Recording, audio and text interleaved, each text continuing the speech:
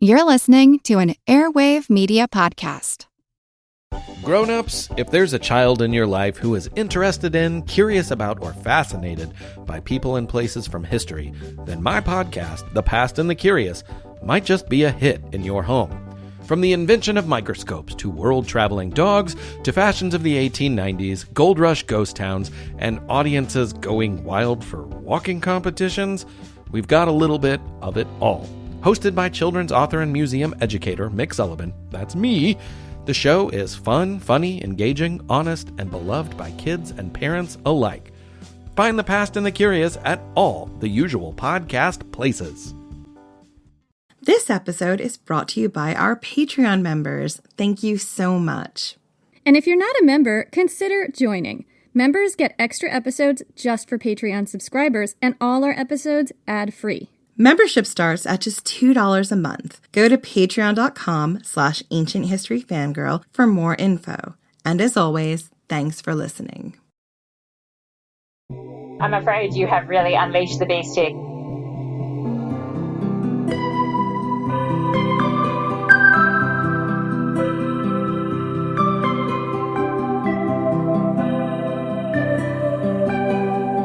I'm Jenny Williamson. And I'm Jen McMenemy. And this is Ancient History Fangirl. We are so excited to welcome Dr. Fiona Radford and Dr. Peter Greenfield from the Partial Historians to the podcast. Welcome.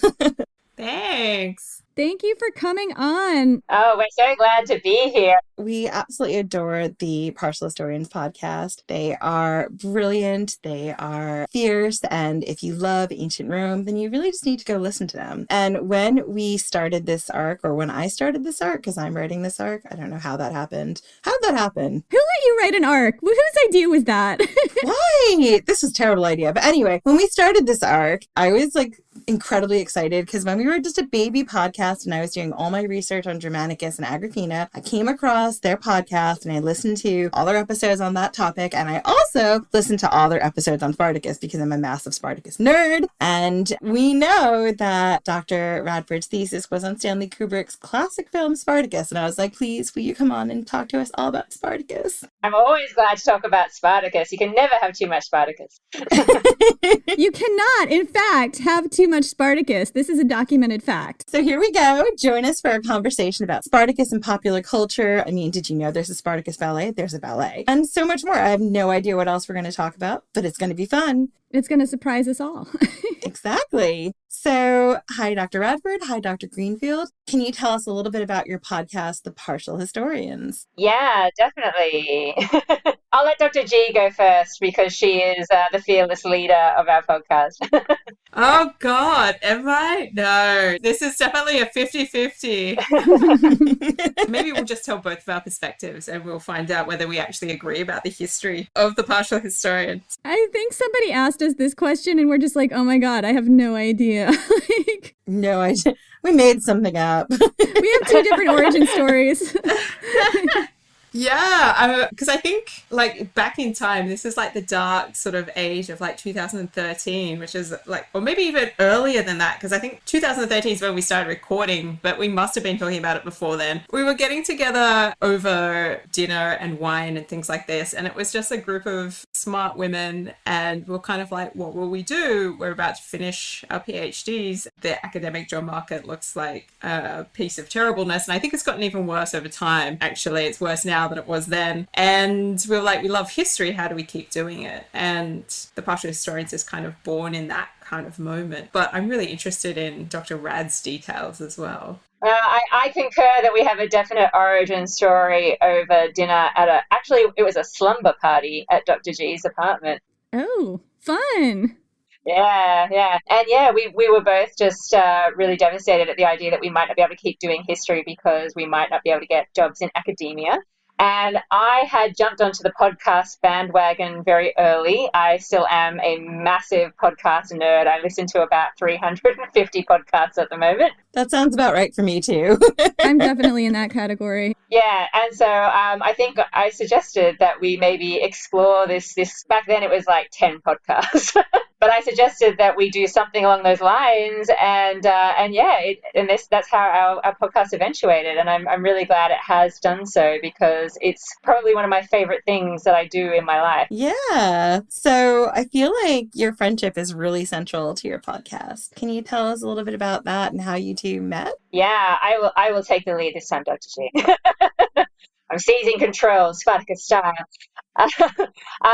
Look, we did know each other on and off through, we both went to Macquarie University, and then Dr. G went to Sydney University for a while, but we did keep running into each other in our social circles. And it actually was a mutual friend that sort of brought us closer together, and hence why we were both at a summer party at the same time. And since then, and since we started podcasting, I think we've become really close friends. I mean, I would say that Dr. G is probably the person I speak to on a regular basis most often. And she's just become such a crucial part of my life. And I think doing this podcast has really brought us much closer together. You know, we travel together now. We see each other all the time because we're talking about podcast business. And it's been a really enriching thing for my personal life, but I think it definitely does bring a certain warmth, I hope, to the podcast. That's what I hope.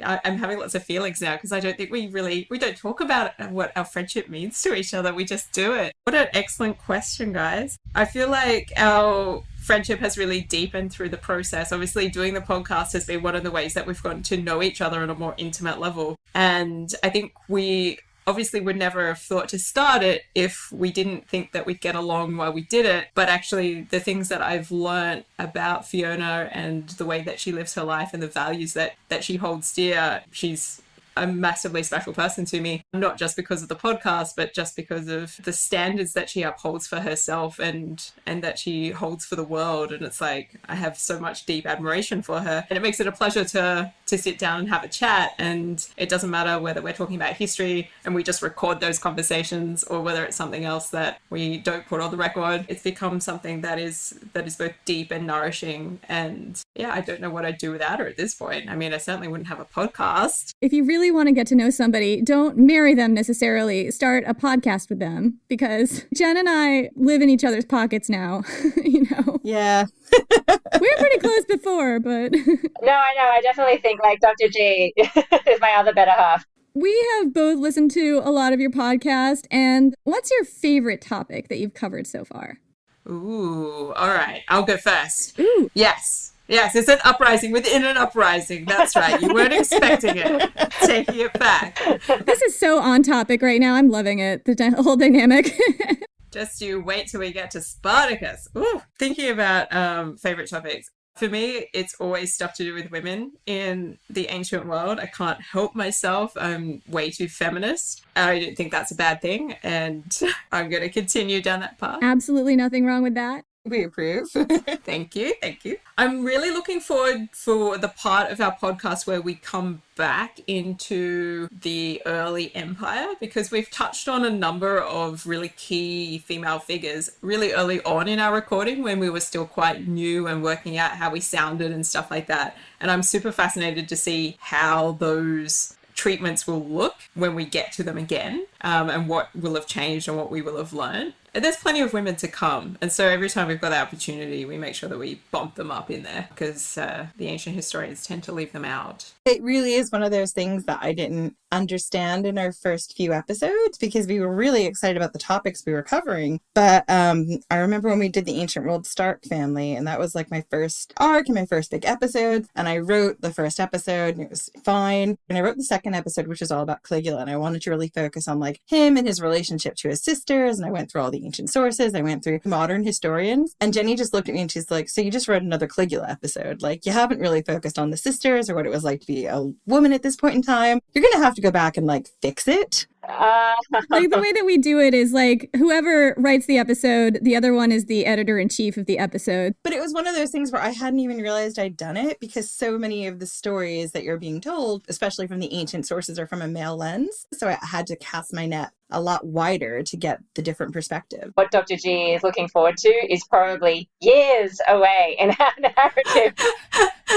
We'll be 50. We're still in the very early republic, and so I'm really looking forward to just women of any kind popping up in our narrative again. But I must admit, I really enjoy the episodes where we talk about Vestals, because Dr. G is an expert on Vestals, and I never really focused on religion or anything like that in my research, which is weird because it's so important in the ancient world and to the ancient Romans. So I find that no matter how many times we talk about Vestals, I always learn something new, and it really is so interesting to look at the female experience in the ancient world, and the Vestals are just such a fascinating case study. So I love talking about the Vestals with Dr. G. I'm just going to go off the cuff and be like, so what's your favorite thing about the Vestals that you learned that you didn't know before? I think actually, although I didn't actually realize how many qualifications they had to have in order to be a Vestal. I knew that there was an age range that they were chosen from. What was the age range? Oh God, no, this is testing how much I have learned. I'm pretty sure it's between the ages of 6 and 10 or 12. I'm looking at Dr. G. I'm like, So close, so close. 6 and 10. Damn. We're just going to have you guys talk about each other's expertise area. We'll test each other, yeah. I'll fail miserably with Spartacus. But yeah, I didn't realize that they had to have, both parents living, that they had to be physically intact, as in no physical handicaps. I didn't actually realize there were a number of levels they had to qualify on. So that's just one random fact that I'm pulling out of my brain. Not bad. I'll give you a credit on that essay. Yeah, sure. 2 points. When we talk about things that we're looking forward to, and weirdly, perhaps I said Vestals. So there should be no surprises there. I suppose for me, it's what is going on with women, and I'm still trying to figure that out. I feel like that's my lifelong mission with ancient history, and it's what is going on with women in the ancient Roman world? And I'm just really curious about the concept of virginity in the first place. We know it's a construct, but it has all of these repercussions as soon as you decide that it has social currency. So really interested to see how the whole thing operates between the late republic, where everyone's we kind of know what we're doing, but everybody's got a bit of a free-for-all, until we get into the early empire and everyone's you know what? Let's lock this down. This is going to be completely different. And then we get to Domitian and he starts burying Vestals all over again. So such a sad, sad story. Yeah. That took a dark turn. I think that was his bro move, really. He was nobody's done this for a century. It's one of those nostalgia moves. Bring it back. Bring it back. You know what I'm in the mood for, guys? Live burial. Yeah. It's like when you were telling me about that prison that's just a horrible hole where you get strangled in. I was I don't understand the prison. Oh, the Mamertine prison. It's literally a hole in the ground that you have to be lowered into, and then somehow someone strangles you. No, the strangler gets lowered in with you. And then pulled back out? How? You're already in there. Oh. Is that prison? Isn't that just execution? Okay, so I'm going to preface this by saying that I haven't been there, and you can go visit it still. It's still there. I've seen pictures online. What I can tell of the Mamertine prison, and there might be people online who will tell me that I'm totally wrong, but from what I understand, it used to be a reservoir with some water in it, and then they drained it and used it as a prison. So there's 2 floors of it, basically. There's the horrible hole, and then there's a room on top of the horrible hole. They didn't keep people in prison for a long time down there, unless you were Vercingetorix, in which case you were stuck in there for 6 years. But it was a place to keep you until they decided what they were going to do with you. The Catalan conspirators were kept down there and then strangled by the executioners. You would be basically garroted, and that was the method of execution. It's usually described as a ritual strangling. And so that's the story of the Mamertine prison. But what if you overpower the strangler? Can you then go up? Do they just leave the strangler down there? There's a rope, or maybe a rope ladder, or I don't know. There's got to be a harness, surely. A pole that you slide down? Like a fireman's pole? But if you can shimmy down, you can shimmy up. Uh-oh. That's what I'm thinking. Yeah. It's your workout for the day. You have to go down and then go back up. It's very important, the thigh strength. My cat is trying to join us, as you might be able to see. He's chewing on my microphone. Okay, yeah, so Spartacus. So, what would you like to know about Spartacus? Do you want me to give you a rundown of who he was? Oh, please. Let's have a rundown of who he was, of the story, and then let's talk about what it's been adapted into and why we think the Spartacus story is still here today. Jen and I are both major fans of the Stars series, and the other day we watched the entirety of the 1960 MGM Kirk Douglas film. Yeah.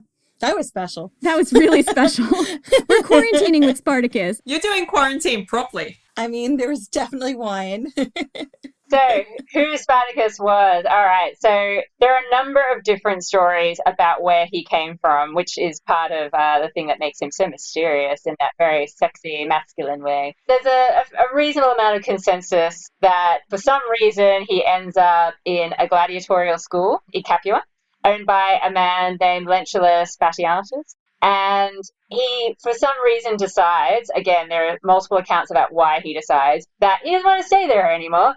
And so he organizes the other slaves and gladiators in that gladiatorial school to break out in a daring escapade in around 73 BC.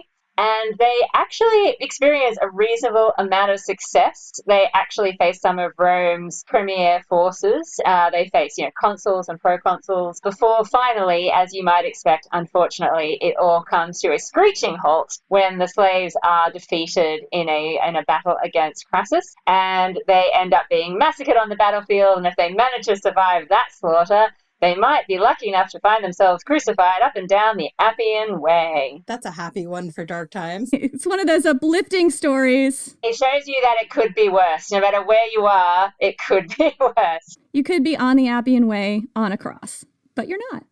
At least I hope you're not. It seems unlikely. Chances are low. So let's talk about adaptations. Is there any adaptation that you've both seen that seems particularly true to the history? Well, I think Dr. G has probably seen a lot more Spartacus than she ever wanted to in her life. It's not that I dislike Spartacus. I'm quite into Spartacus, but I certainly have been exposed to more Spartacus over time, which I think has been a real pleasure, to be honest. I don't know whether I'm the best person to speak to like the historicity of any of the interpretations that we've looked at. I pulled out some primary sources this morning, which is the first time I've looked at any Spartacus evidence in a long time. And I did not do my thesis on Spartacus, so I'm not going to pretend to be an expert. So I will defer to the expertise of Dr. Ad here. Thank you. To be honest, I think the problem with Spartacus, and this probably answers a question about why he's so appealing, is that he's a bit of a blank slate. We do know, obviously, the bare details of his existence as far as he impacts the Romans. We know that a man named Spartacus did exist, but we can't even be sure if that was actually his name or whether that was a name he was given when he started to fight as a gladiator.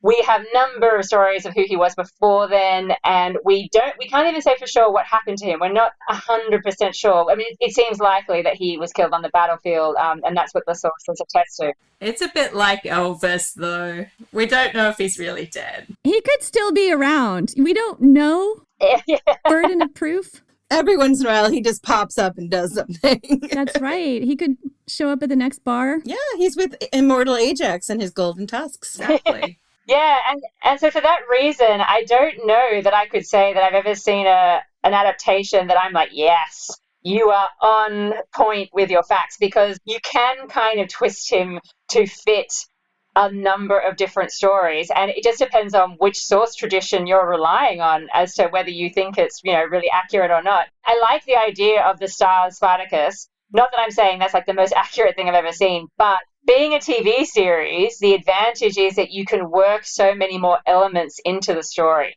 And so they managed to meld together a whole bunch of different source material into one narrative. They have more time, so they can include a little bit more of the nuance, but I don't know that nuance is generally a word you would associate with the Star Spartacus, but No, maybe not necessarily. I think abs is really what you associate with that. Lots of abs. So many abs. Yeah, beautiful abs. Not subtle either about the abs. No. when you peel away the abs and the sex and the buckets of blood, There is actually a reasonable amount of different storylines that's been worked into it, which I think in a movie or something like that would be really hard to do. If I jump in here and I say to you, Dr. Rad, that Sallust is one of our like close primary sources, and then it seems like every other literary tradition springs out of an interpretation of that and Livy in some way, what would you? Definitely Sallust has obviously an impact, but he's so fragmentary that it's so hard to say for sure who's following which source tradition. But I think Sallust definitely kicks off this interesting duality to Spartacus in that in the early stages, not too long after the revolt, when I say not too long, I'm speaking in ancient historian terms, so I mean in like a couple of hundred years. Over the first couple of hundred years, there's a kind of positive source tradition about Spartacus and a negative one. And when I say positive, I'm not saying that they're all like, oh my God, he's so amazing. We love the fact that he rebelled against his masters. But they do have a certain admiration for him, and that seems to come from Sallust. Whereas there are other source traditions that are relentlessly negative from the get-go, and they're the ones that win out in the Roman source material that we have that survives. The negative source tradition about Spartacus is what survives. We get like this reference from Cicero in the Philippics where he compares Antony to Spartacus. Really? And in a negative way, right? Oh, this is very negative. Yeah. Oh, that sounds right. He compares Antony with a killer, with a bandit, with Spartacus. So it's one of like these tricolon sort of crescendo rhetorical moments where Spartacus is the worst in that list. The worst of the worst. Yeah, setting a fire under his whole reputation. I mean, as if Antony needed that much help, but... Barfin in the Senate House.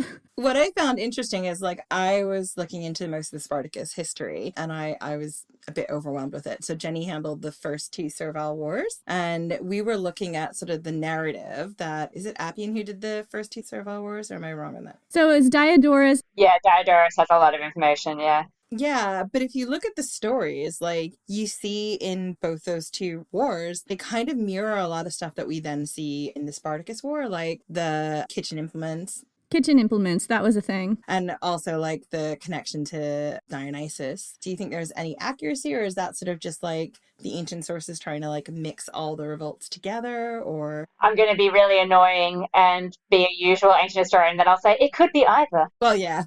Yeah. Definitely, when you look at Spartacus, there is a theory, which I kind of like, which is that his story has been very much shaped by a particular trope of the bandit. And so his story is made to resemble previous stories about bandits. You know, like you see with lots of characters, like how maybe Nero is the stock tyrant and maybe Agrippina is like this stereotypical dominating woman. Like there is a certain level of that always going on in the ancient sources, and it's so hard to say how much of this is the trope and how much of this is actually what happened. But definitely with Spartacus, I can see a genuine connection to Dionysus because personally, I do believe that he was probably from Thrace. I'm with you. He was definitely from Thrace. Yeah, totally. So Thracian right now. Big Thracian energy. Yeah, and so I do believe that there's a Dionysus connection potentially coming through from there. It kind of just makes sense with Spartacus, given what we know about his backstory. And it would make sense for the previous slave revolts in that slaves obviously come from all over. And so they're going to bring all sorts of different cultural and religious and social things to mixes like this. So I see no reason to disbelieve it. Jenny, was it Eunice who is the priest of Dionysus and also a fire breather? No, Eunice was the priest of Atargatis, and Salvius was the priest or flute monster of Dionysus. He was the second Servile War. Eunice was the first Servile War. I was like, I know one breathed fire. Like, literally, I recorded these episodes and forgot. No, Eunice was the fire breather and also the mermaid goddess. So we've already sort of touched on the fact that we don't think there are any truly sort of accurate adaptations because the ancient sources have told us lots of things, and they could all be true or they could not be true. Are there any, like, really weird out there adaptations that really surprised you? Definitely. There's a great one from the 18th century by Sorin. Ooh. Yeah, French one, where Spartacus starts fighting to avenge the crimes against his mother, which is a new twist. Wow.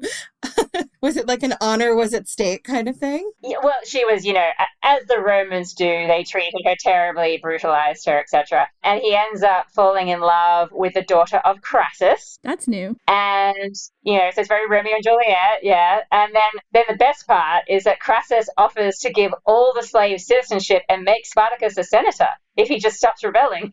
Oh, wow. And the best part is he says no. He's just going to die on that hill. It's just like, you know what? Kill them all. It ends sadly. It ends really sadly. So, yeah, that was always an interesting one. And then putting a twist on it, flipping it, one of the earliest films from 1913, an Italian film about Spartacus, directed by Giovanni Vidali. He again falls for Crassus's daughter. In this case, her name is Nerona. He rebels because Crassus refuses to allow them to marry. I don't know what he was expecting. How did you think that was going to work? I don't know. I don't know. I don't have a lot of hope for Spartacus in that one because he's clearly an idiot.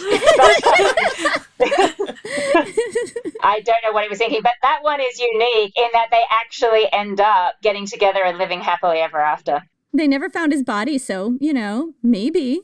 Maybe, yeah. But no, I think it's more of a reconciliation story. But that's partially because that was kind of trying to give Spartacus some Garibaldi and Italian reunification vibe. It was just all about bringing everyone together, I think.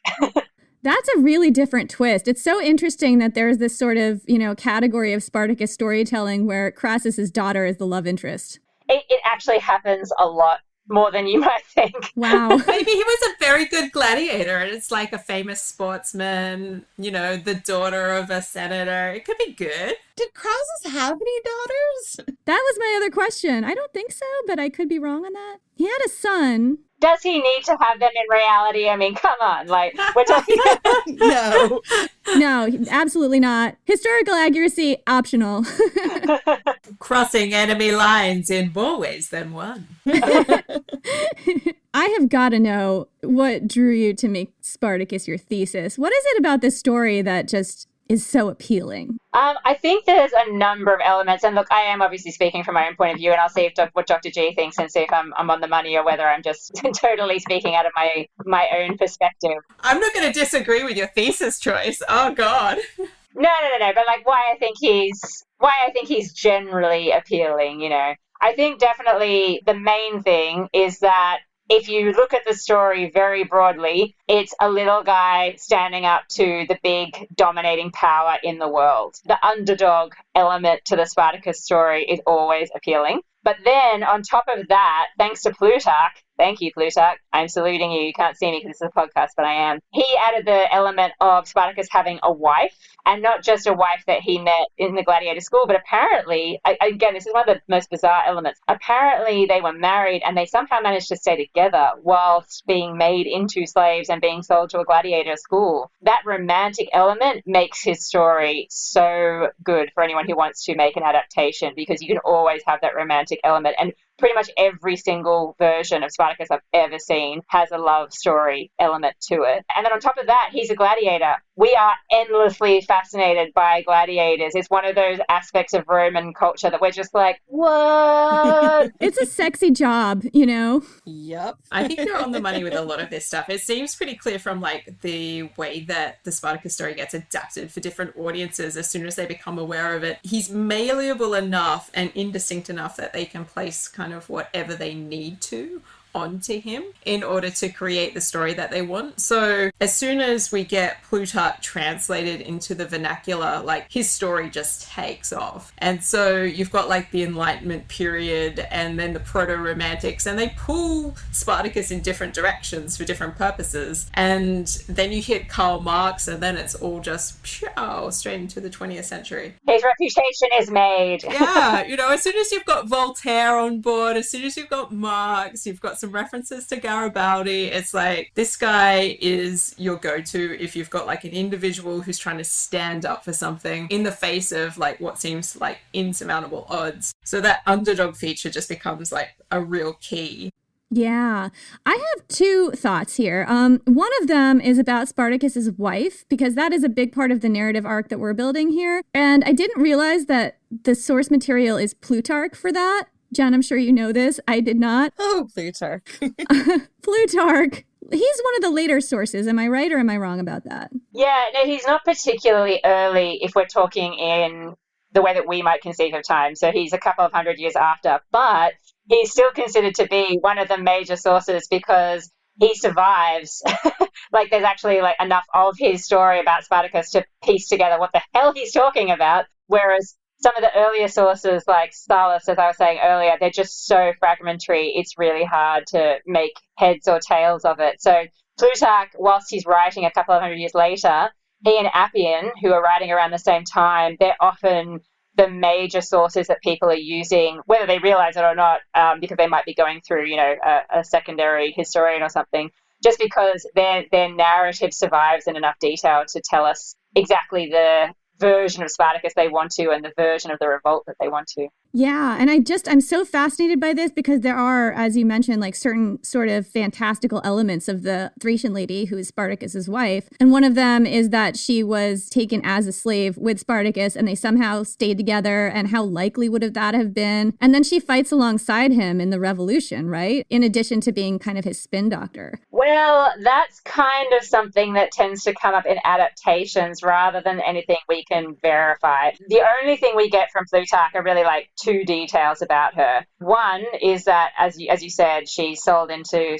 slavery and ends up in the gladiatorial school with Spartacus. And number two, that she has some connection to the cult of Dionysus. And in connection with that fact seems to only be brought up because she apparently had some sort of interpretation in that while Spartacus was sleeping, there was a snake crawling around his face, and she apparently made some sort of prediction about what this meant for his future. That's really the only detail we get about her. But the fact that they stayed together, I think, is what people latch on to. And so they often turn it into this huge story where she fights alongside him as his, valiant queen of the rebels and that kind of stuff. But we have no evidence about her beyond that.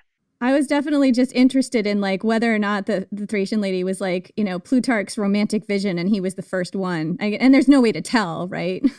And the thing is that, like, Plutarch and Appian are both going to be reading source material that was written closer to the time period in question. So it's like, for both of them to be considered to be viable historians and to have survived, people must have thought their accounts were relatively good.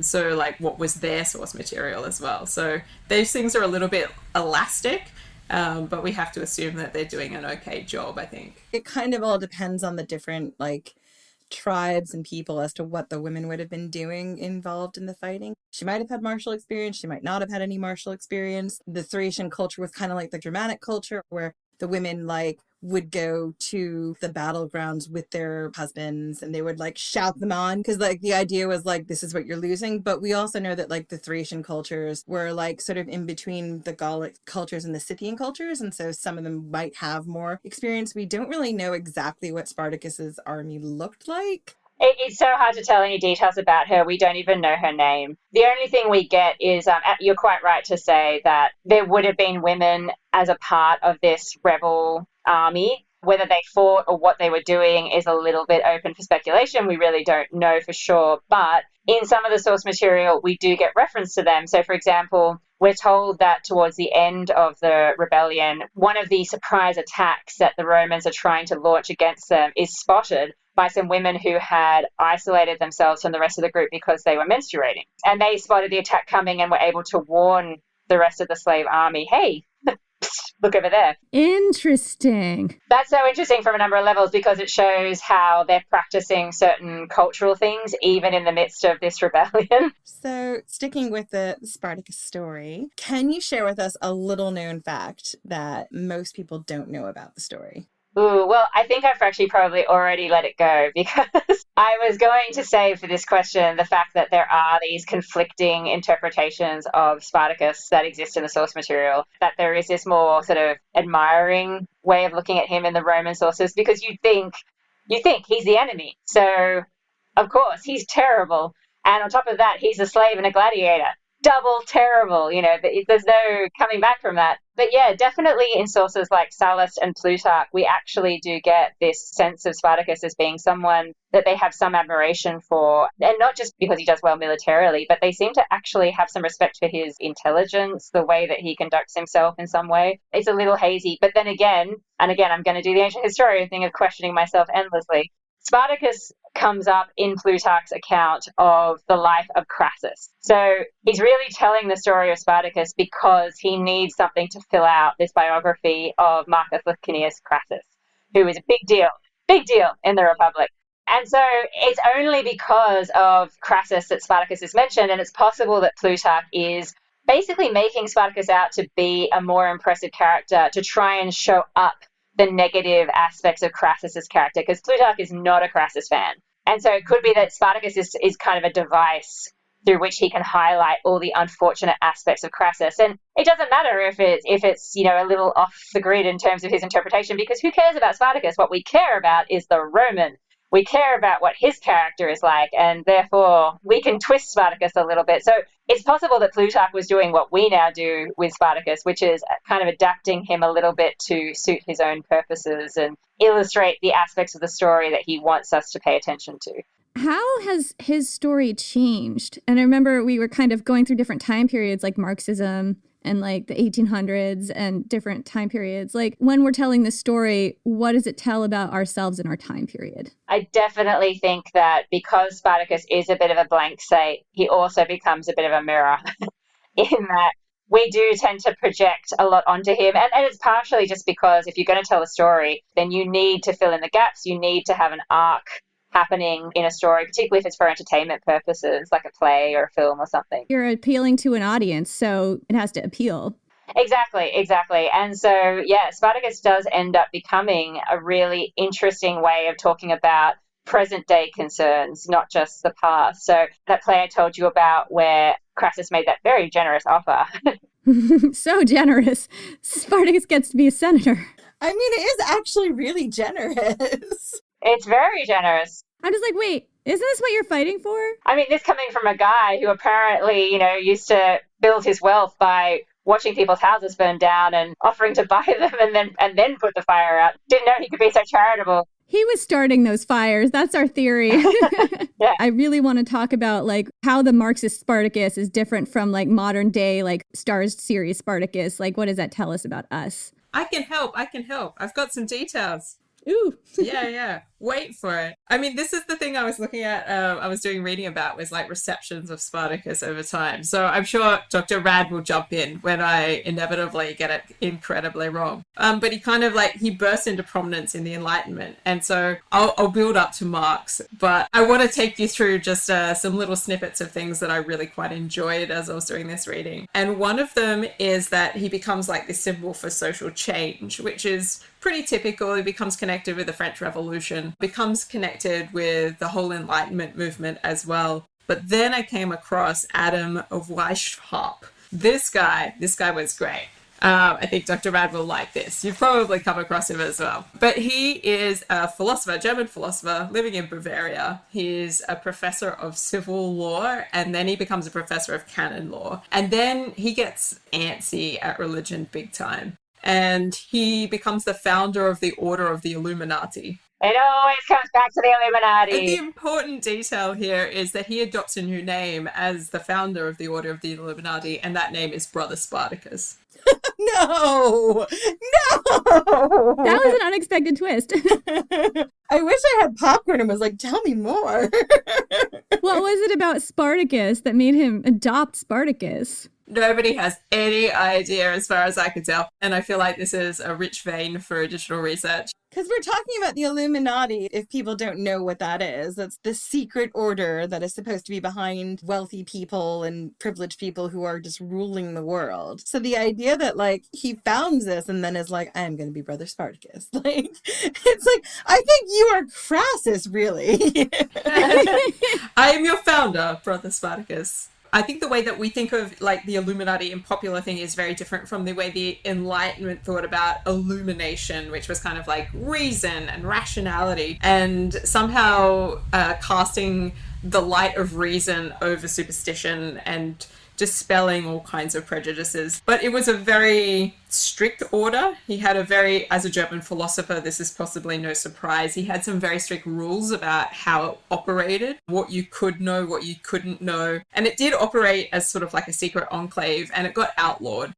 So eventually he had to leave Bavaria and leave his university posting and run away because it wasn't going so well. Everything took a downhill turn. Interesting. In about 5 years, I mean, it didn't take long. Bavaria smacked him down and was like, we're not having this. And he was like, oh no, my philosophy. Brother Spartacus, we must run. I mean, with that name, you're sort of asking for it. Kind of are. Kind of, yeah. You're setting yourself up as a real rebel. Exactly. What are you going to be treated like a rebel? It doesn't always go so hot. Did he have any really out there rules that we know about or no? We know that there seemed to be a sort of a really secret structure to the whole thing. So the idea was that people who were just newly initiated didn't know who their superiors were, so there was a lot of secret, clandestine sort of meetings. I haven't read further into the philosophy because I thought that might be a devastating procrastination, but I've got weeks ahead of me for that, so I'll get back to it, don't you worry. And I think the other big example of Spartacus being parlayed into something really quite important is the Haitian Revolution. Oh, really? Tell me all about it. Well, obviously this is a massive revolutionary moment historically, and to have a new Haiti governed by an ex-slave and to have this revolution be led by Toussaint Louverture, who sort of takes on this name and identity. He's often identified as the Black Spartacus by contemporaries. So bringing a sense of the real world Spartacus into play is we've now got somebody who's doing similar things, breaking chains, setting people free. It's a successful slave revolt. It's the only one that we know about, right? Where it was actually a successful slave revolt. I'm very interested in this too. And I did not know that he was called the Black Spartacus. It's a name that gets bandied about in a lot of different ways. I mean, for the 20th century, probably the most significant adaptation of Spartacus is when Rosa Luxemburg and Karl Liebknecht decide to call their attempted uprising against the German government the Spartacist rebellion, or the Spartacus Bund. It's because of that people like Howard Fast turned to Spartacus later on, and then eventually you get the 1960 movie and that kind of thing. So people tend to like to take Spartacus's name when they're rebelling against authority or something like that. I thought it was so interesting when I was listening to your episodes on Spartacus, and specifically the Spartacus movie, the 1960 movie, how you noticed the way that the women were portrayed and the way his love interest Verinia was portrayed, and the fact that the original script had a wife who was kind of more martial and fought with him and played that kind of role in the rebellion, and then they kind of changed it so that she was very domestic. And you definitely have the scene where she's taking care of the babies in the camp and kind of being, I don't know, maybe the stereotypical 50s housewife. I don't know if that's what was going on there, but I'm wondering if you have any thoughts about that from a feminist angle. I call her Stepford Verinia. Right, I remember. She totally is. I'm afraid you have really unleashed the beast here because it's a long story. This is what I focused on in my thesis, looking at the women in particular. So essentially, the 1960 film that stars Kirk Douglas, who just recently passed away, it was based on a novel by a guy called Howard Fast. Howard Fast was a member of the Communist Party during the 1930s and 1940s and into some of the 1950s. And the way that he wrote the slave revolt was basically the slaves were meant to be this sort of proto-communist utopia, the society that they set up for themselves. And one of the things that they do in his novel is they kind of set up an artwork, a sculpture, a statue. There's three male figures representing the different ethnicities that are mostly involved in the revolt. So they have, the Thracian and whatever. And then they also set up one that is a woman. And I think that that's from those sorts of things that you get this initial script draft when they set about making this into a movie, where you do get a female character who's quite heavily involved and is kind of the mother of the rebellion, to Spartacus's father of the rebellion, and that sort of feeling. But the key problem, which I think dogged this movie, was that they were competing to get it out against another film about Spartacus based on a different novel by another communist. And so in racing to get the project out before the other film project, they really did focus a lot of their attention onto the Roman side of the script because they needed to lock down the actors they wanted to play the Roman characters. So that would be people like Crassus, people like Gracchus, people like Batiatus. They wanted to lock them down. They wanted to interest them, so they made sure they had a really solid, a fairly solid script for that part of the story. Kirk Douglas, they didn't need to worry about because they knew he was locked down, obviously, And so when it came to the script evolving, the slave side really is a bit sloppy and it changes a lot throughout the production. And at one point, they seem to have kind of forgotten about the women because they're so fixated on Spartacus as a character and how he's become this huge problem because they can't decide what to do with him and how he should be. And there's these real conflicting versions over what Spartacus should be. And as a result of that, I think it kind of had a knock-on effect to other slave characters in that they end up getting either cut out or cut down or changed completely. It's all very confusing. But essentially the only reason why you really see those scenes of Verinia like bathing the children and laughing as they're being adorably bratty is because they insisted, some of the people involved, like Dalton Trumbo, insisted on there being some reshoots where women were much more featured. Because he was like, where are the women? Where have they all gone? Like, this is insane. And so that's why in the scenes where they're, panning over the dead and, the slave camp, you do see these shots with more women involved. That was their attempt to sort of bring them back. Well, from a narrative perspective, it's so important to show what it is Spartacus is really fighting for there, which is like, it's not just the high ideals. It's like, a chance at really having a family and a life. That's kind of what the debate was about, actually. They had these different versions of Spartacus, and one version was that Spartacus is fighting for something larger than himself. He's fighting for ideals. He's fighting for freedom and against slavery as a concept. He's fighting against the empire. Whereas the other version of Spartacus was much more, I'm fighting for my freedom. I'm fighting for my wife. I'm fighting for my child.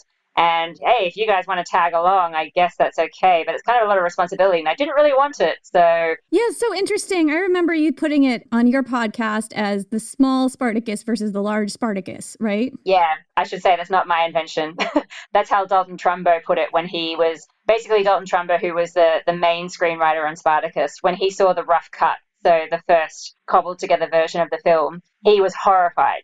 He was absolutely sickened by the version that he saw.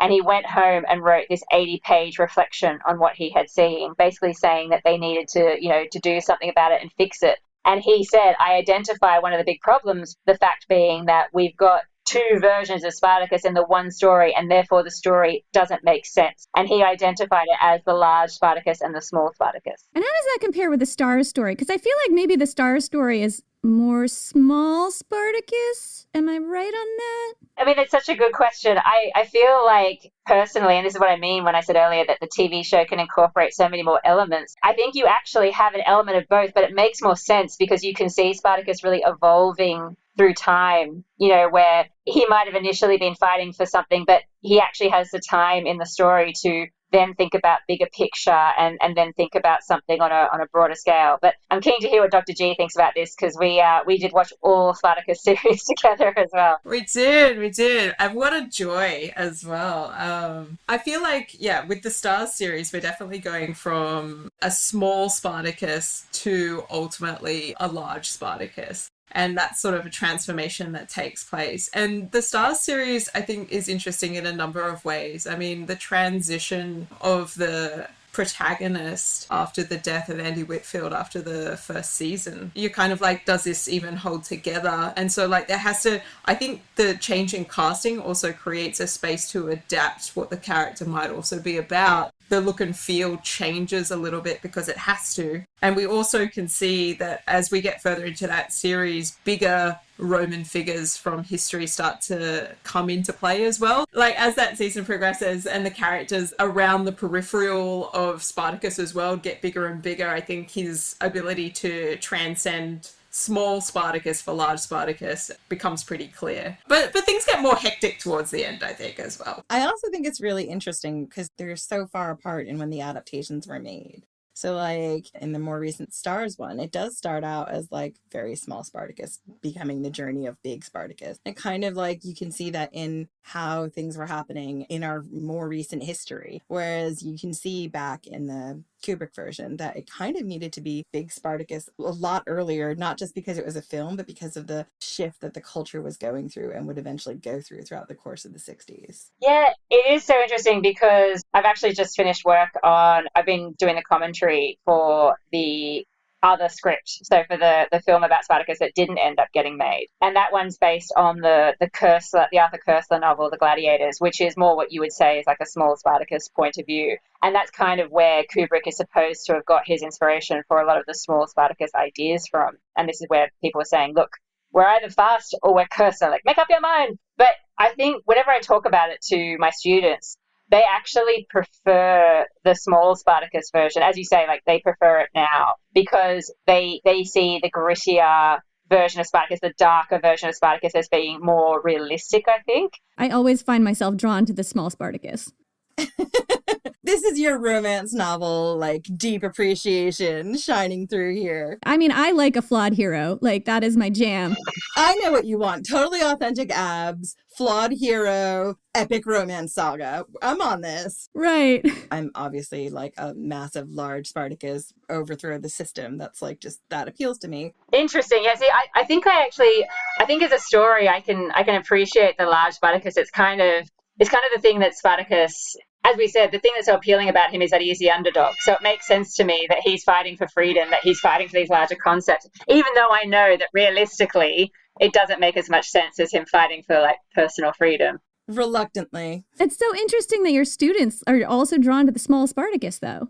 Yeah, I think it's because, as you say, that we're much more used to, I suppose, stories that involve an anti-hero now than we were back in the 1950s and the 1960s. But having said that, Spartacus came out at a really interesting transition for the film industry as a whole, I feel. So it was kind of being released in 1960. It was one of the last big epics about the ancient world to actually be profitable. It's only in 1964 that we see the fall of the Roman Empire being made, and that was, the fall of the Roman Empire on film, if you know what I mean. And films like Cleopatra. Was that before or after the Pompeii one? What was the last something of Pompeii? It's the last big Hollywood production that's made. I mean, basically you have Cleopatra come out in 1963, which almost bankrupts 20th Century Fox. Things like The Longest Day and The Sound of Music kept it afloat. And then you have Fall of the Roman Empire in 1964, which again, it's not that it was actually unsuccessful. It's not that it didn't generate money, but it just cost so much to make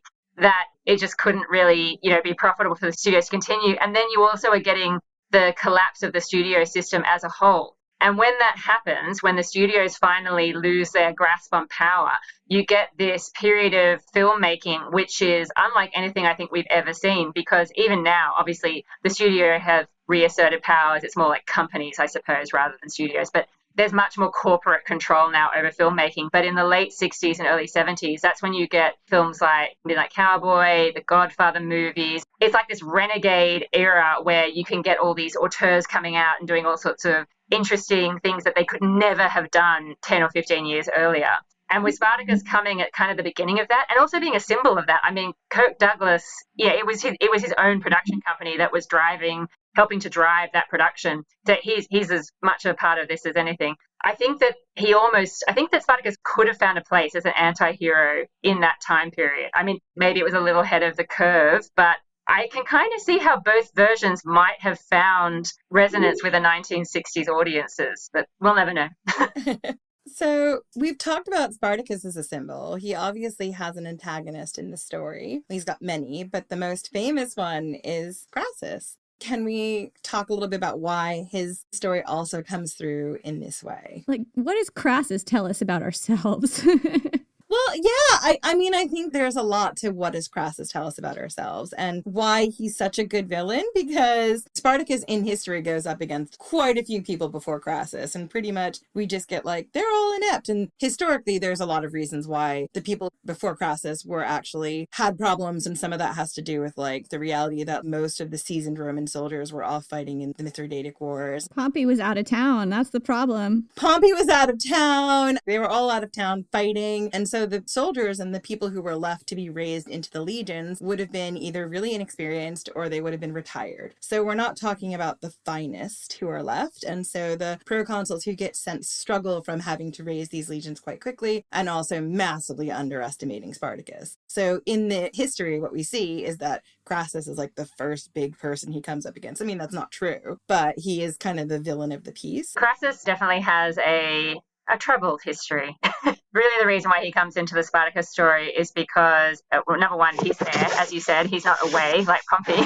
Also, he's insanely wealthy by this point in time, so he can afford to pay to raise troops like privately. He can afford to fund a campaign against Spartacus. I mean, he's an immensely complicated character in Roman history. I'm going to throw to Dr. G a little bit here because she also, I know, has come across him in her studies. It's a problem, really. I mean, Crassus, he tries so hard, and all of his career is kind of bound up in the wealth as well. So the fact that this doesn't seem to have not enough currency with the Roman elite, because it's not really about being rich, it's really about the family lines. And he sort of really tries to push himself into politics in various ways. And this seems like maybe one of those kinds of moments as well, where it's like he's got the opportunity to push. Pompey doesn't really want him to push. Pompey's like, wait a minute, if Crassus is pushing, I'm running. I got my troops. I'm coming. It's pretty clear that, or at least relatively clear to me, that this is part of the way in which the Republic is starting to falter. Nobody's quite sure how it works. They've just lived through Sulla, and there's a lot of uncertainty about how does politics get done. And it opens up the way for somebody like Crassus to be like, well, why don't I just pay everybody to do what I want? He's never quite seen as, like the good guy here. Is he? Like, I kind of have not come across any sources that think he's great. Yeah, I mean, the stories about his career don't really sort of lend for, to a sense of respect for the guy. He ends up in such a bad way as well. I mean, I think when you see the movies and the TV series and that sort of thing about this period, Crassus comes across as being very well established in his career. He seems very preeminent. And it's not that he wasn't important, but he hasn't even hit the first triumvirate yet by the time he's facing off against Spartacus. So I think he was a bit earlier in his career than a lot of people might realize. But the end of his career is such a disaster for Rome.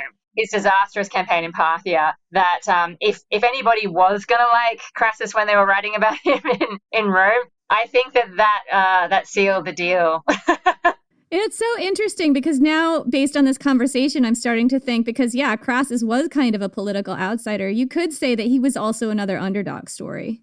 In a way, yeah. I mean, as Dr. G said, he is actually trying to find a place for himself in an age of Sullas and Pompeys and eventually Caesars. He's always, I think, kind of keep up with those guys. And it's not that he does have military success. He does have money, and he will have an impressive political career eventually. But yeah, he just, unfortunately, he doesn't get assassinated in, a spectacular way like Caesar. He doesn't get killed in the civil wars like Pompey. He just gets gold poured down his throat. The Parthian Theater Company. Yeah, he ends up being a prop in a play. It was just that, watching the MGM movie, the 1960s Spartacus movie, it seemed like he was in charge of the whole Senate somehow. He's older. He has control of the legions in Rome, which I guess was a thing in this movie that he gave to Glaberus, and Julius Caesar was controlling the other half or something. And he seems to be frequently portrayed as this kind of older Roman establishment figure, which is really something I didn't think about until just now. Yeah, no, that was a bit of a plan on behalf of the filmmakers, I think. As fellow ancient history fangirls, you guys would know that there aren't that many films made about Roman history in the Republic. So as a result of that, most people are familiar with the Empire, not the Republic. And the Republic is so complicated in terms of all the different people that are involved. It's hard to get your head around. I mean, talking to you has made me realize just how much I've forgotten already. Basically, I think they deliberately went for a bit of an Empire vibe with their version of the Republic. Interesting. Can we just stop for a minute and just talk about the oysters and snails? I love talking about the oysters and snails. I just want someone to explain that to me. Right. That whole speech that Crassus gives about there's only one way to deal with Rome. You must grovel at her feet. It's actually one of my favorite things to talk about. So for those of you who haven't seen the movie, number one, what are you, crazy? I know, go watch it. You may still be in quarantine. Number two, there is this scene between Crassus and his new body slave, who is played by Tony Curtis with a Brooklyn accent, as everybody knows. And so his body slave is washing him down, attending to his needs. So, of course, they're both not wearing a lot. And he starts asking him about his likes and dislikes and what he thinks is moral and not moral. And then he starts bringing in this whole thing of, do you like oysters? Or do you like snails? And things like this. That's exactly how he sounded too. It's meant to be a euphemism for do you like boys or do you like girls? And the point seems to be that it's not really a moral question that we're talking about here. It's merely a matter of taste, and Crassus likes both. So Crassus swings both ways is how we interpreted that too. Oh, for sure. Yeah, for sure. There was actually a scene in an earlier script where his body slave, Tony Curtis, he actually runs away because of that, because Crassus made a pass at him. Oh, isn't that what happens? It kind of is. It was made a bit more explicit, I think, in earlier screenplays. But yeah, it is kind of implied in the movie. But anyway, that scene was cut out when Spartacus premiered. They went through 10 rounds with the censorship office, because this was in the days where you still had to get the censorship approval. They basically, they came back with all sorts of suggestions. They were like, what about artichokes and truffles? The censors were still like, how about no? And I find it fascinating because when I teach my students about, gay and lesbian history, and we look at film, I play them that scene. I'm like, what is that about? And they're like, I have no idea. And yet it was considered to be so offensive that it was cut from the first edition of the film. And it was only restored much, much later. By the time they were restoring it, they only had the actual film. They'd lost the soundtrack. And so Tony Curtis was luckily enough still alive. So he re-recorded his lines. But the voice you hear speaking is actually Anthony Hopkins impersonating Laurence Olivier. Oh my gosh, I had no idea. That's fascinating. Yeah. But it was basically in the 1990s before that scene got back into the film. And that was one of our favorite scenes. We did a whole Patreon episode about Jen and me just watching this movie and commenting on it. And we actually reproduced the entire scene. Yeah. I mean, it was one of those things where when I was watching it, I was like, it's very obvious what they're talking about. And I just thought that is so forward for the time. I mean, it's very much inspired by the Howard Fast novel. In the Howard Fast novel, Crassus is definitely swinging both ways. He has quite a lengthy relationship that we hear about in the novel. I now feel like I need to go read this novel. No, don't. It's a terrible novel. I'm sorry. I know some people like it, but no, it's terrible. It's terrible. I mean, it's really interesting. It is really interesting. I don't get me wrong. I didn't hate reading it when I was studying it because I was like, oh my God, this is so fascinating. There are aspects to it that are interesting. But yeah, then you go, oh my God, what is he talking about? And is this tied in? I remember there's something about how the Romans are portrayed in a lot of these adaptations. And I think I remember this being a line of discussion on your podcast, but if I'm remembering it wrong, forgive me, about how a lot of the time the Romans are said to have sexual practices that at the time would have been considered quote unquote deviant. Yeah, and I think that that's actually completely true for the way that America makes films about Rome in that period, in that they also want to critique the other, whoever that other is, as being immoral in all the ways that Americans are great. Americans believe in the family, and therefore they believe in, having sex between a man and a wife and producing children and all that kind of thing, whereas the decadent Roman other, they believe in nothing. They'll have sex with anything. Sounds about right. Spartacus is very straight at all times. I would say that still carries through when you look at the HBO production of Rome, and even into the Starz production. That's the first time that you kind of see decent representation is that Starz production of Spartacus, because you see how everyone lived across both the Rome and the slaves, and they all have a variety of sexualities and ways of life. Whereas usually you see I'm thinking again about Rome, the HBO version. You see the Roman upper class as being very sexually promiscuous, But what you see in the Star series is it kind of depicts all kinds of relationships across both slaves and Romans. So like not one relationship is more moral than the or more right than the other. And I also liked that like there was no one normal sort of family relationship in the series. And then also you've got representations of different queer people across the spectrum that work. Yeah, I think it was great to see like some like queer representation finally in the Star Spartacus, and things hadn't really quite gone in that direction with Roman representations up until then. And so that was, I think, impressive to see. And it opens it up to like what is more like the ancient evidence. The spectrum of sexuality seemed to be really quite open. Well, the negative sexual practices of the Romans, they definitely have that. You know, like Batiatus's gladiator school becomes known as the one where you can do all these crazy things with the gladiators. But I feel like the negative sexual representation thread there is about consent. Yeah, and whilst we don't have any evidence about what Spartacus got up to while he was in that gladiatorial school, there's definitely hints in the evidence that people did find gladiators sexy and they wanted to have sex with them, and it seems like they did pay to have sex with gladiators. We don't know how often, but there's enough evidence there, I think, to suggest that it did happen. Maybe not quite as glamorously as in the Stars series. Oh, that was the most glamorous like sex scene I've ever seen, that one with the golden masks. It's kind of swoony.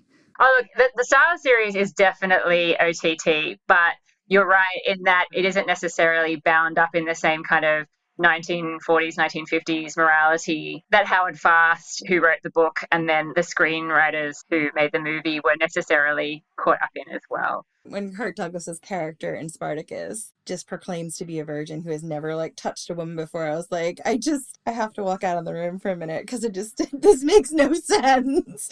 I'm just like, I get what you're trying to do here. I get that he's this noble figure, but I'm also like, you are 40. Well, this is where the backstory that they give him in that film, they have to do that for it to make sense, but it also doesn't make sense because the Spartacus in their story has been working in the mines apparently his whole life. Yeah, I was like, that wouldn't happen. How long did people actually last working in the mines? A year. So that's where it doesn't make sense because, sure, he could be a 40-year-old who was sent to the mines and has been there for like 6 months, but it doesn't make sense for him to have been a slave like his whole life. But in order for that story to make sense, of course, he's never come across a woman because he's been in the mines, but that doesn't make sense. And that again comes from the Howard Fast novel, that different backstory to Spartacus, whereas the Stars backstory is actually more in keeping with the source material, that he's, potentially a deserter from the Roman army. Interesting. Jen, did we want to talk about Vestal Virgins? We always want to talk about Vestal Virgins. Vestal Virgins, I don't know. Where do we even start? I mean, this is a topic of my life, so... Let's start at the beginning. So, like, what exactly was the order, and how did you get chosen to be a part of it? Why was it so important to the Romans? And what did they do? Because one of my favorite details I came across that I did not know anything about is they had, like, their own personal bodyguards when they went out in the street. There's so much about, like, women moving around in personal space that's tied up with the Vestal Virgins that I think is really interesting. Yeah, well, it was one of those things when we were doing the Caligula arc, and he gives his sisters the right to the Vestal Virgins to have their own private sort of bodyguards and this ability to move around in public space because they are not to be, like, touched or considered, like, on the market as Vestal Virgins. Social distancing. It's social distancing. It's social distancing at sword point. How dangerous was it for women to just walk around in the street in Rome? Was a bodyguard necessary to have freedom of movement as a woman? It really depends, actually, I think. To start at the beginning, the Vestal Virgins, they are a group of 6 women. There are only ever 6, never more, never less. Forget what you've heard in pop music. But they're chosen between the ages of 6 and 10. There's heaps of restrictions on that, as we talked about earlier. But if they get the go-ahead and they're chosen, they have to serve for a minimum of 30 years. So, like, best case scenario, you're chosen at 6 and you can leave at 36. By the time most of the women get to the point where they're able to leave, they are pretty much interested in staying on. So, they're pretty used to the life by then. So that seems to be the thing that happens. And you can stay until you die, that's fine. But their day consists of, like, a few main tasks. One is they would have to have a rotational sort of watch on the flame that's burning in what is called the A days. It's often referred to as a temple, but it's not quite a temple. A temple is built on consecrated ground, and the A days is not. We think that's because in this case the the building is so old and the site is so old, it's pre the idea of consecrating ground. Is this one of the first buildings in the city of Rome, do you think? It's pretty early on. Part of the trouble with like the archaeology is obviously if you go to the Forum now, you'll see that there is a temple there. So there is an Hades there. And we haven't gone down through all of the layers archaeologically. But they do think it's there since about like the 7th century BCE. That's kind of the speculation. Is that the very beginning of like the kingship period of Rome, I think? Yeah.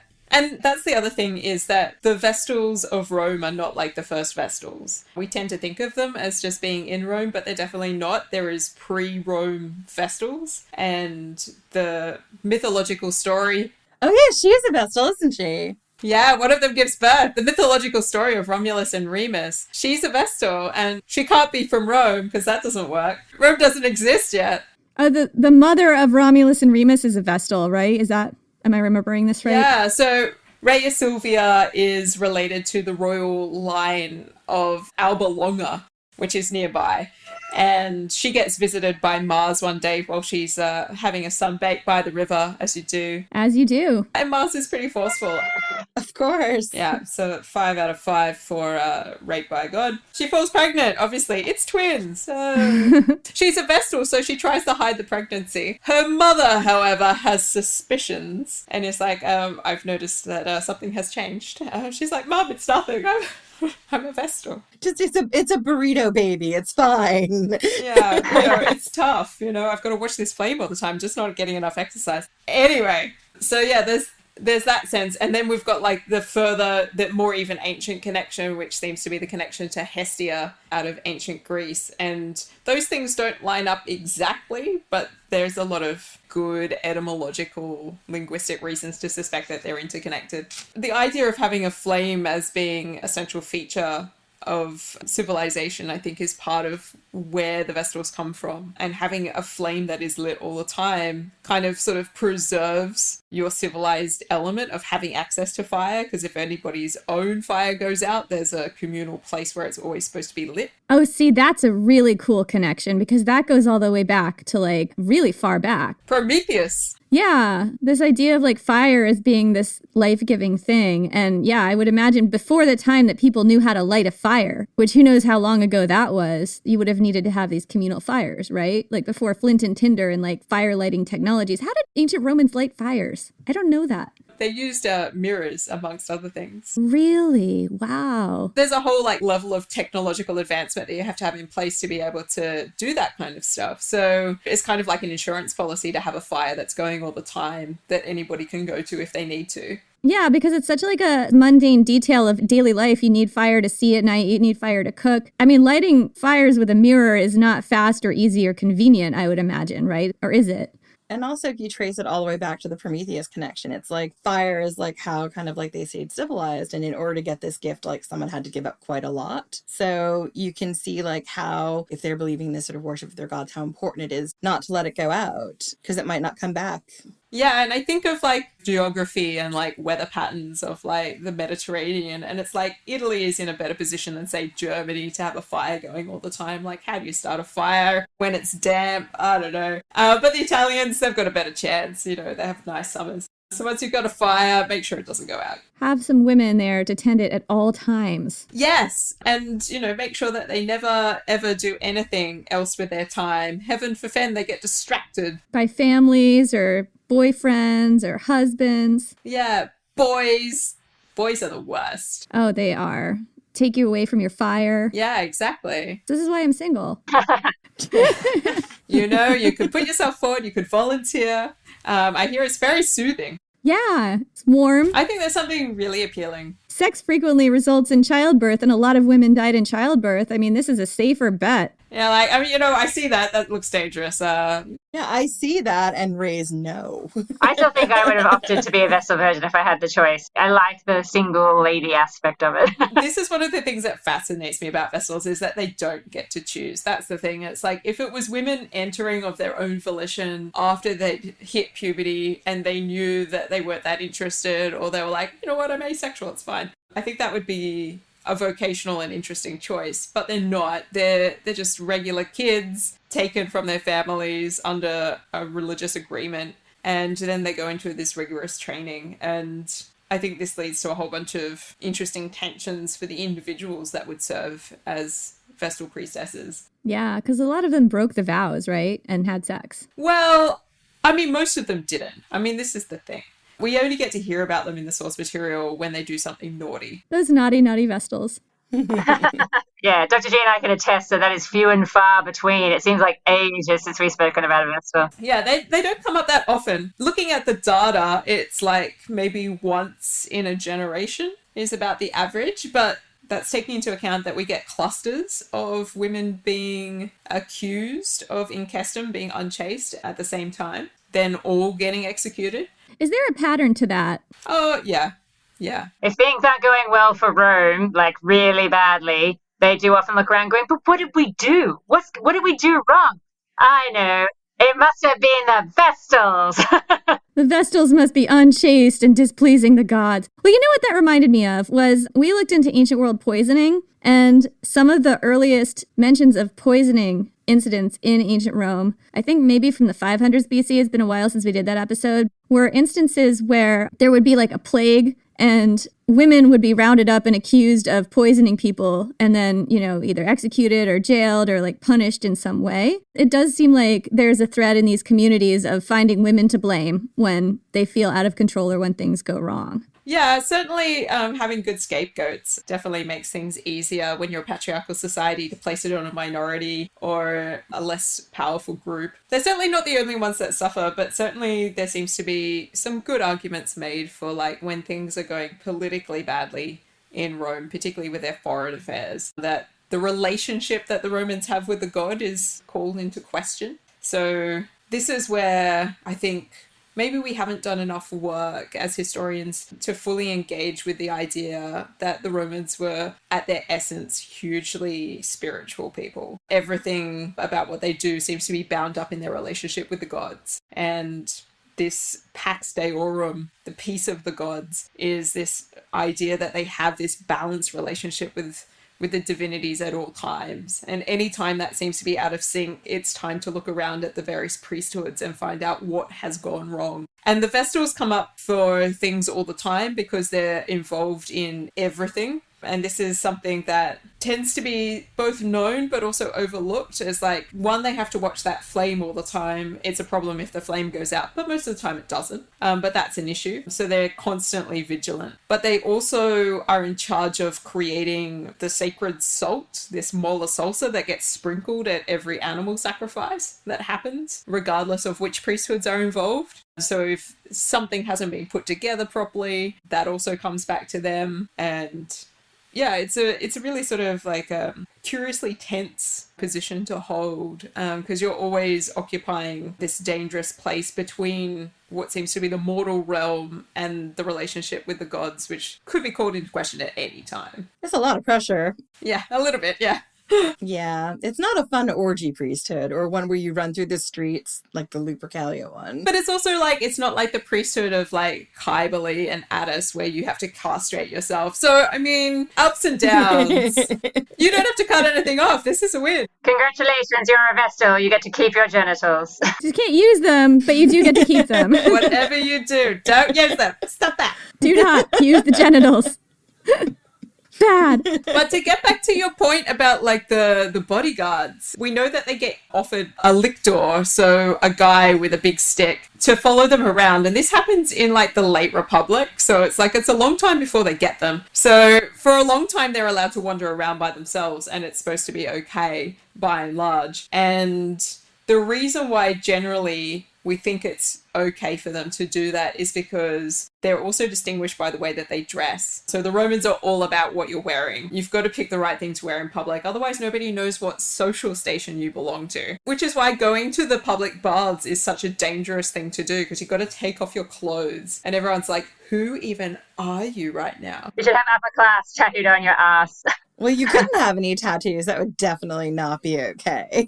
Right. Tattoos are bad. Not cool. Yeah, so the Vestals look different from everybody else as well. This is one of their distinguishing features. What did they wear? So they've got like a bit of a headdress that goes on, which is supposed to be in particular colours. There's a few different layers to it, and their hairdo is supposed to be in the bridal style, even though they're not getting married. But the other clothes that they wear sort of reflect a more worldly, matronal aspect. So they've got this combination of things going on, which makes them look a bit like a bride, a bit like a matrona, but it's distinct as well. And because there's only 6 of them, you're supposed to recognize them. There's only a few places that they're going to be. They're either going to be hanging out at the temple, the house next door, or they're going to be wandering down to the local fountain to collect some water or at a sacrifice. It's like, you can pinpoint where they're going to be according to the calendar. So it's like, you're just supposed to leave them alone. And it's the moment that one of them gets accosted on her way home from a dinner party where they realize that they need to have bodyguards all of a sudden. They're like, some knave in the middle of the night has decided that this woman is okay to accost. And it's like, you definitely cannot. Down, boy. Back off.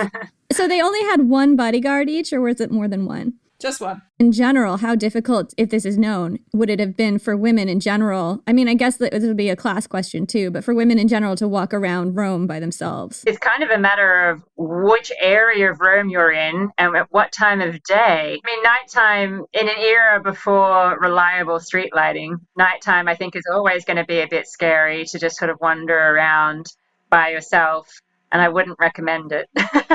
Unless it's under Nero and the Christians have been lit up. Nero is a good example. Sorry, just because Nero himself apparently used to dress up and then go out at night with his gang of thugs, his bros, and just, get on the town, which means drinking and beating up strangers. And if that's what the emperor thinks is fun to do, I don't know if I would be out and about at night unless I had to be. Are you allowed to fight back if it's Nero beating you up? That's apparently what happens, in that people will start to realize, oh, this is the emperor, and so they kind of can't fight back. It's really awkward because they're like, ow, ow, oh, must resist. Ow, ow. If he's not good at beating you up, you have to pretend like it's the worst beatdown you've ever gotten. But having said that, obviously, for a lot of people who aren't upper class, life is lived in the streets because your home is ridiculously small, probably depressing, and so you're going to be going to the toilet, going to the bath, eating. Everything that you need to do is kind of outside of your home. Your toilet would be outside. Yeah, I mean, like a proper toilet. Yeah, like you might have like a bowl or something. Chamber pot, if you will. Exactly. Yeah. For people who don't know about Vestal Virgins or Spartacus, is there any particular sources or things they could look at? Obviously, it would be remiss if I didn't suggest you go and watch my TED Ed video. Absolutely. We will put it in the show notes. There's lots of books that I find really interesting about this topic. They're all pretty academic, so I don't know if they're going to be good recommendations, but I'll make them anyway. There is a pretty accessible 2008 book by Robin Lorsch Wildfang called Rome's Vestal Virgins, and it sets out a whole bunch of stuff to do with them. I wouldn't say for any of the scholars I'm about to cite that I agree with everything that they say, but there's certainly lots of things that you can take away from that particular book. And also the more recent monograph by Deluzio, which is called A Place at the Altar. And that's exploring some things to do with Vestals, but things to do with women in general. So one of the things that's happened in Roman history over the last sort of 30 years is this gradual realization that women actually did stuff. Shocker. That doesn't sound right. I know. Yeah, look, I mean, there's some pretty pervasive elements of the scholarship which suggest that women did nothing. Having scholars come through slowly but surely from the 80s onwards, and it's getting better all the time, rigorously re-examining the evidence that we have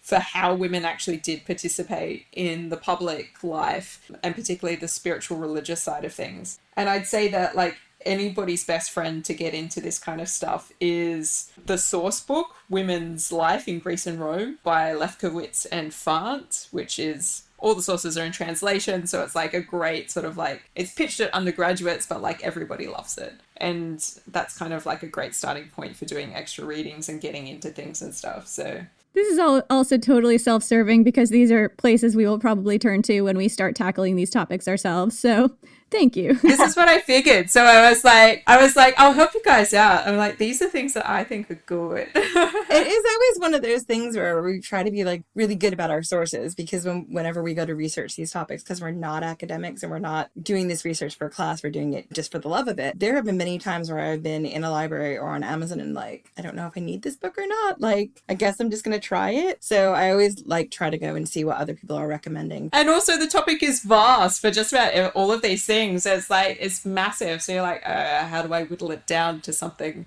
And will it even be suitable for what I want to say? So it's like, I hear. A few times I've like seen a few things and I've been like, oh, I want to read this. And it's like, you need to have academic access to read this. And I was like, oh, that's sad. That's the thing we don't have. We don't have access to academic libraries. So we're kind of stuck with, whatever we can scrounge up in sort of the public record, I suppose you could say. Yeah. And I think this is like a huge issue that I think universities in particular face, because access to this kind of information, like they talk about how will people identify fake news, or it's like, how are people going to figure out like what's true and what's not? Why aren't people listening to the experts? And it's like people are hungry to become experts for themselves. And the barriers that you face trying to become an expert in anything is incredibly frustrating. I think this is something that the academy has to address on a broader level, and it would improve everything for everybody. And it's like, just imagine if you could just read the things you needed to read. That should not be hard. It would help us a lot. Yeah, I think that's actually one of the challenges that we constantly face and that we know other podcasters must be facing. When you have a full-time job and a life, trying to do the research, like do really good research in a timely manner so that you can turn out episodes at a reasonable click, it's massively challenging. And having open access to information, I mean, if people want good podcasts to be out there, then people need to be able to access information of all kinds, not just the popular histories, but people should have access to academic material. It should be open access. And that's obviously an issue that I can only imagine a lot of people come up against. We've been pretty lucky in terms of what we have access to. But again, it's kind of only through having contacts that has allowed us to have access to academic material. Otherwise, we'd be paying a fortune for it. Do you have anything else, Jenny? Yeah, Spartacus sources. Yes. Look, if you are interested in learning more about Spartacus and you want to go back to the ancient sources, luckily a lot of them are actually online and free to access, because Plutarch isn't worried about his copyright.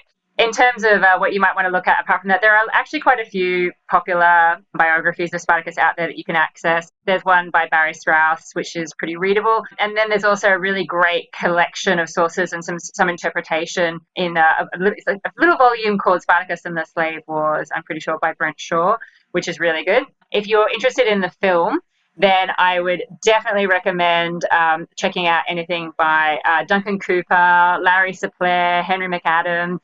They've got some good stuff out there. And there's a fantastic volume edited by Martin Winkler, which is definitely worth checking out if you're interested in Spartacus and popular culture.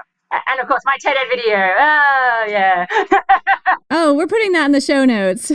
Yes.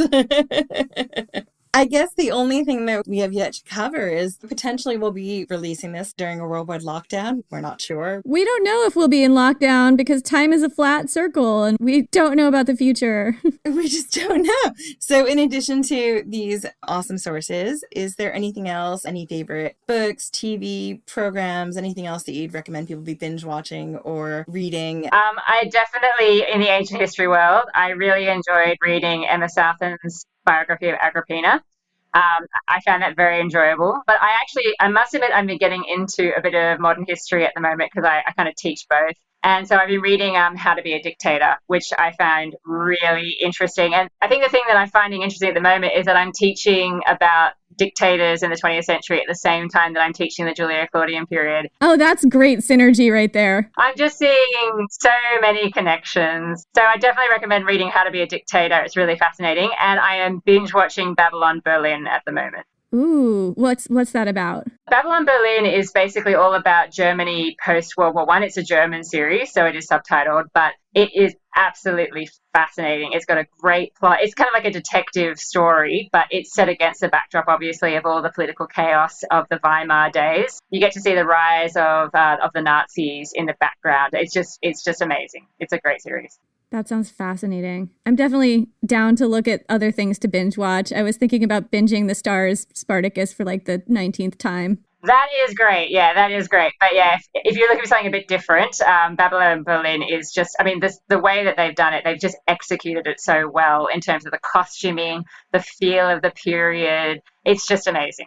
That's awesome. Dr. T, what about you? That's a good question, because I feel like I'm having a real trouble reading novels at the moment because I'm anxious all the time. But having said that, if people do want to read novels, because maybe they're not feeling like I am, I'm keeping with a bit of a Rome theme, but we will delve into fantasy, don't you worry. I really enjoyed Colleen McCulloch's Masters of Rome series. Some people really didn't like it. There seems to be a real divided opinion. I started reading it while I was doing research, and I had to stop because I was having trouble keeping in my mind separate the ancient source material and whatever was happening in that novel series. But I found it really readable and enjoyable. I think part of what I'm going to be revisiting whilst in quarantine will be HBO's Rome. I still want it to be finished. It's not finished. Come on. I know. And it will never be finished. It will never be finished. Jen and I are also massive fans of that show. Yeah, and then the set is pretty much burnt down now as well, so there's just no way it's going to happen. Having said that, things that I would definitely recommend if you're interested in sci-fi and you haven't done it already,